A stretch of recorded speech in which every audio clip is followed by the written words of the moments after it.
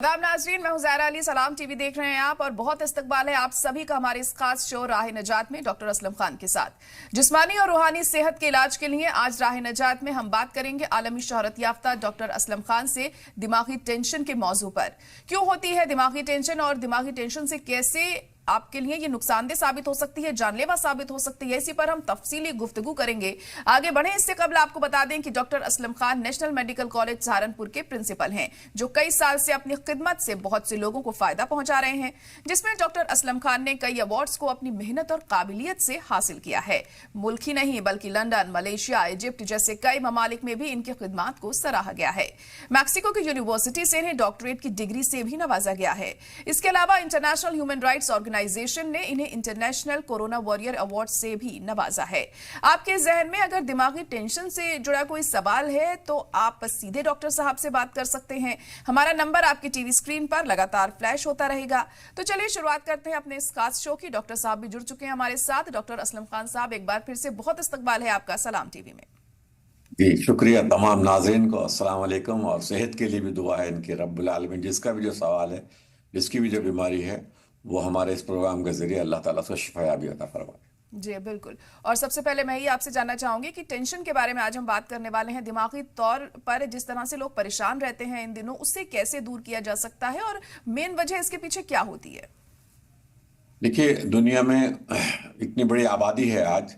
पहले लोग समझते थे कि छोटी सी आबादी है, इसका ही खाने को नहीं मिल रहा, जब आबादी बढ़ जाएगी तो उसे कैसे मिलेगा। तो आज हिंदुस्तान की आबादी 140 करोड़ से ज़्यादा हो गई है, पूरी दुनिया की 900 करोड़ के करीब है।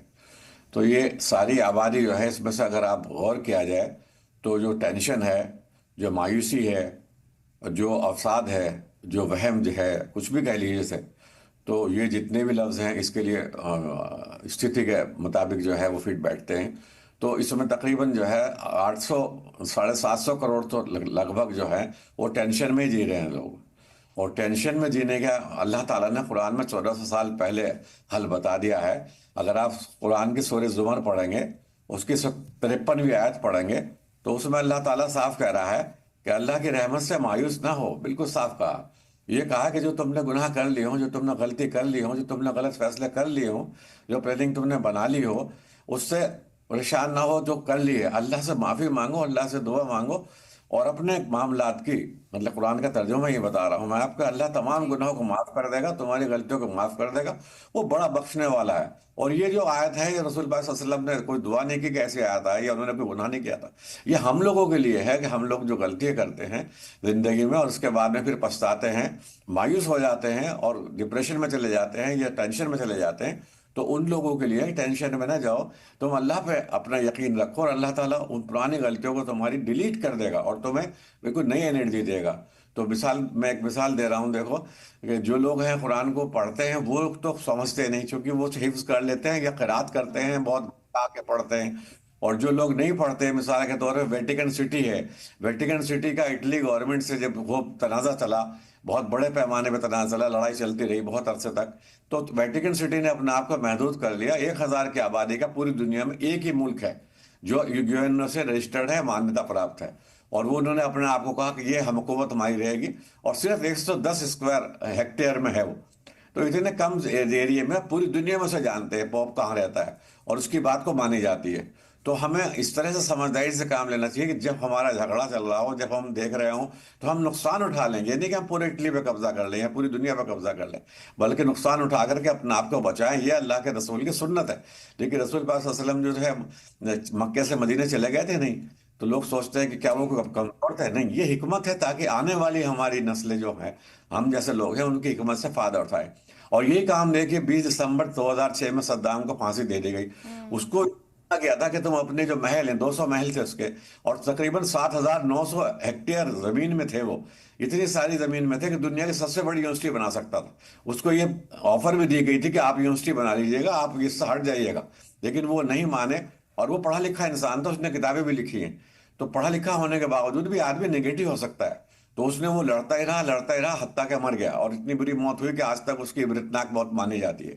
तो अगर वो ये 7900 हेक्टेयर में यूनिवर्सिटी बनाता, अपने महलों में बच्चे पढ़ते वहाँ, तो आज इराक भी बहुत आगे बढ़ता और जो है तमाम दुनिया में एक सद्दाम की छवि बनती कि इस तरह के इंसान जैसे वेटिकन सिटी ने फार्मूला अपनाया ऐसे ही उसने भी अपनाया। तो कुरान की जो मैं बार बार कहता हूँ कि हमारे मौलवी हमारे इस्लामिक स्कॉलर्स जो हैं कुरान की बात से अपने जिंदगी को नहीं जोड़ते, बल्कि वो उसको अदब के साथ में पढ़ते हैं, सोचते हैं कि ये कोई होली बुक है और इसको पढ़ेंगे तो इससे हमारे चारों तरफ जो है बरकतें हो जाएंगी, फरिश्ते खड़े हो जाएंगे हमारे। और यहाँ तक लिखा है अशरफ अली थानवी साहब के कुरान में कि मतलब अगर दाएं रान पे मान लें तो लड़का पैदा होगा, बाएं रान पे मान लें तो लड़की पैदा होगी। तो इस तरह से ये मौत पे पढ़ा जाता है कुरान को। तो कुरान से जो हम इंडिकेशन या गाइडेंस लेना चाहते थे, लेना चाहिए हमें, वो हम ले नहीं पाते। तो टेंशन की आज बात चल रही है। तो टेंशन जो है लगातार उन लोगों को होता है जो हमेशा नेगेटिव सोचते हैं, मतलब सोचते हैं कि बस ऐसा हो जाएगा, ऐसा गलत हो जाएगा। गलत जब होते हैं, हम नेगेटिव होते हैं। तो पहले तो अपने को पॉजिटिव बनाए, अपने काम उतना करें जितना दबाव हम बर्दाश्त कर सके। अक्सर लोगों को खर्च तो है, मान लो एक महीने में 10,000 रुपए का कमाते हैं वो 10 लाख, वो भी टेंशन में ले जाता है। परिवार की समस्याएं हो जाती है, आर्थिक समस्याएं हो जाती है, हेल्थ की समस्याएं हो जाती है, रिश्तों की समस्याएं हो जाती है, मियाँ बीवी में ताल्लुक खराब हो जाते हैं। जब हम ज्यादा पैसा कमाते हैं तो हम ज्यादा काबिल समझने लगते हैं। अच्छा अपने जो चारों तरफ का माहौल है उसको हम खराब कर लेते हैं।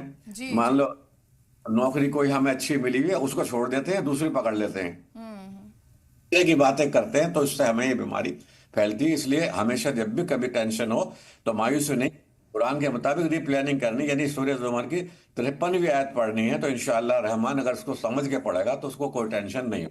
जी बिल्कुल, पॉजिटिव रहना बहुत ज्यादा जरूरी है। और एक कॉलर भी हमारे साथ इस वक्त जुड़ चुके हैं, सवाल पूछ सकते हैं आप अपना। जी, क्या आप सुन पा रहे हैं मुझे?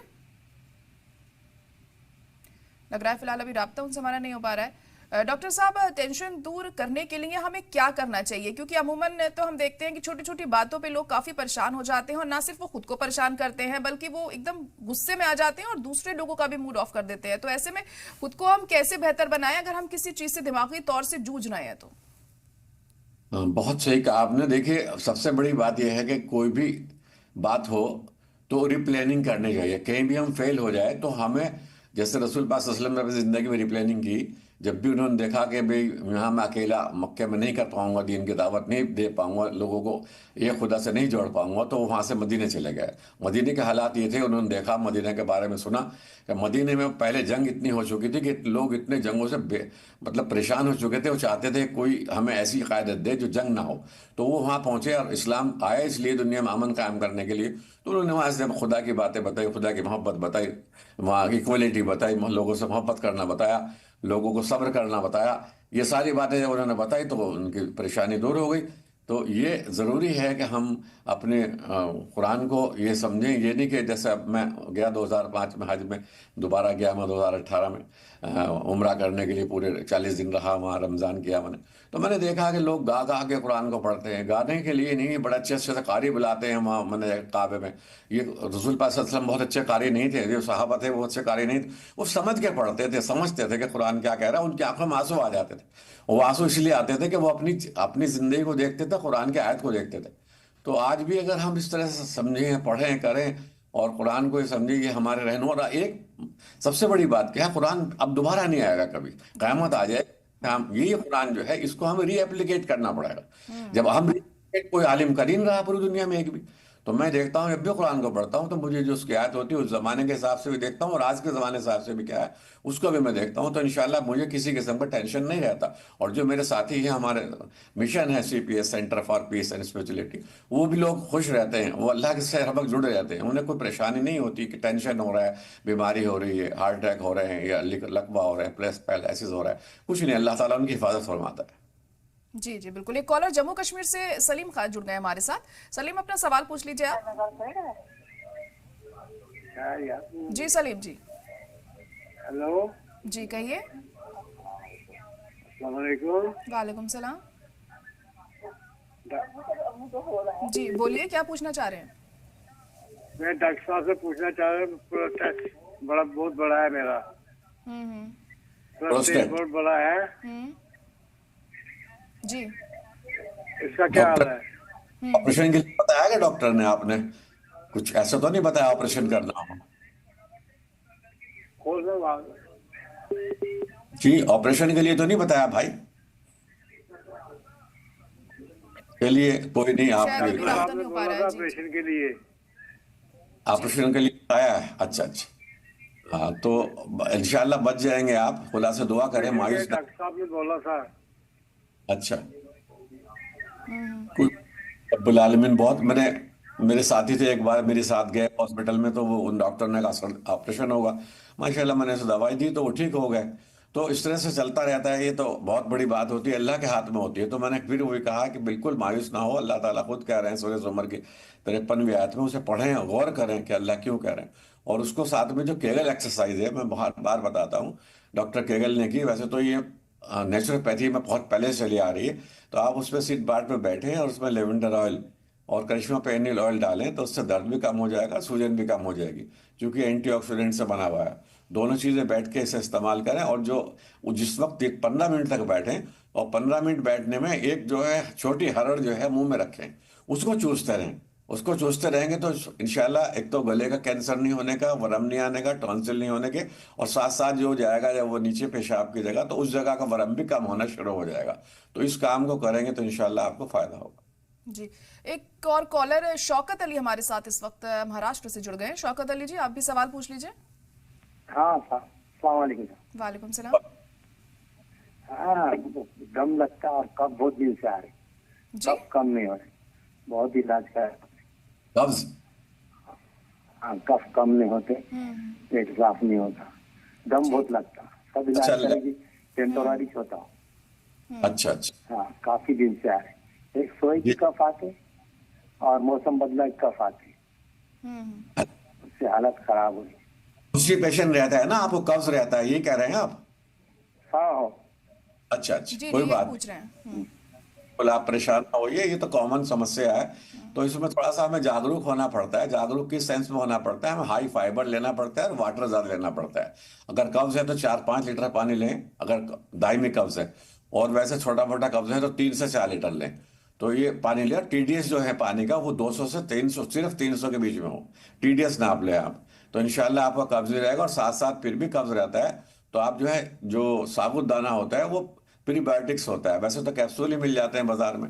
तो साबुत दाने का इस्तेमाल नमकीन में, खिचड़ी बना के भी कर सकते हैं, और मीठी भी बना कर सकते हैं। और मीठे के लिए उसमें जो चीनी डालें, वो ये चीनी न डालें जो बाजार की मिलती है, उसे खांड जो होती है उसको डालें।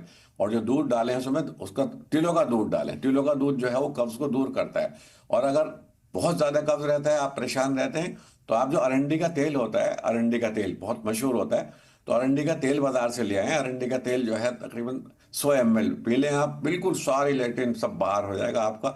और फिर इसके बाद में अगले दिन से 50 ml, अगले दिन से 40 ml, फिर कम करते चले जाएं, फिर 30 ml।